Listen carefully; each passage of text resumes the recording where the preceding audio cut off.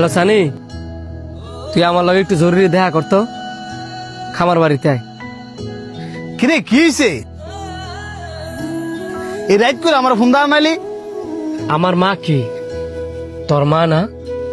তোর মা কি আমার মা না? আমার বোন যদি তোর বোন হয়, তোর বোনও তো আমার বোন। এখন তোর বোনের যদি কেউ ডিস্টার্ব করে, সে হোক তোর আত্মীয় স্বজন, হোক বা তোর নিজের ভাই বা তোর বন্ধু বান্ধব, তখন তুই কি করবি? দেখ, তুই আমার বন্ধু না, আমি সব জায়গায় পরিচয় দেই। তুই আমার ভাই, আমরা 3 ভাই। আমার নিজের পেলাম কোনো বোন নাই। তোর একটা বোন, এই বোনের আমি আমার নিজের বোন মনে করি।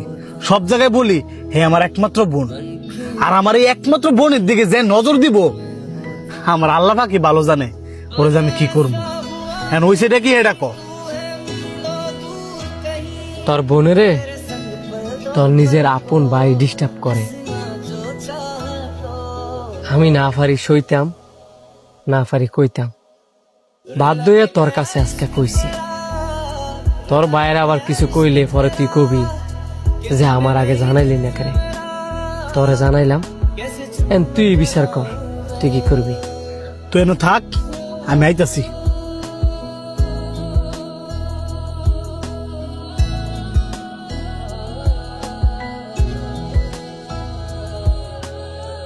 তোর বোন মানে আমার বোন, আর আমার ভাই মানে তোর ভাই। আমার বোনের যে তো তোর ভাই ডিস্টার্ব করছে, তুই এই বিচার কর তোর ভাইয়ের। আমি এটার মধ্যে নাই। ভাই, আপনি আমার মাফ করে দেন, আমি আমার ভুলটা বুঝতাম পারছি।